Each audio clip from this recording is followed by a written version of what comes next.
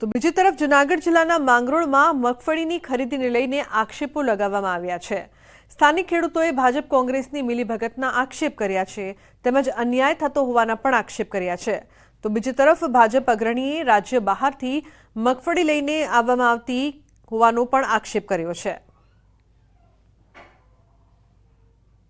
મગફળીમાં યુપી થી એમપી થી રાજસ્થાન થી સસ્તી માંડવી લઈ આવી અને અહીંયા બીજા ખેડૂતોના નામે જોખી લે છે અને મોટો ભ્રષ્ટાચાર થઈ રહ્યો છે।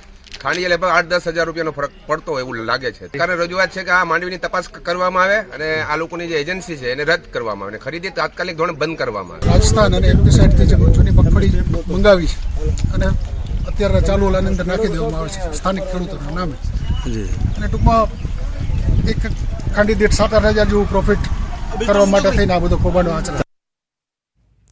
તો સમગ્ર મામલે એપીએમસીના ચેરમેને જણાવ્યું કે જે આક્ષેપ કરવામાં આવ્યા છે તે તમામ આક્ષેપ ખોટા છે।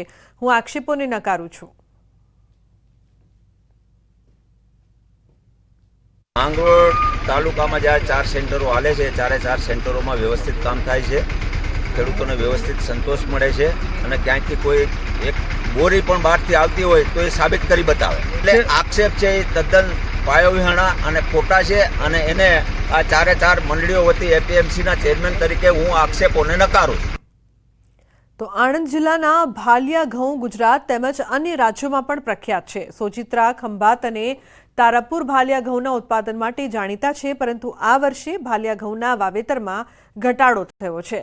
ખેડૂતો ડાંગરના વાવેતર તરફ વળ્યા છે। ગત ચોમાસામાં અતિવૃષ્ટિના કારણે ડાંગરની ખેતીમાં ખેડૂતોને આર્થિક નુકસાન થયું હતું, જે નુકસાન આ વખતે સરભર કરવા ઉનાળુ ડાંગરનું વાવેતર કર્યું છે।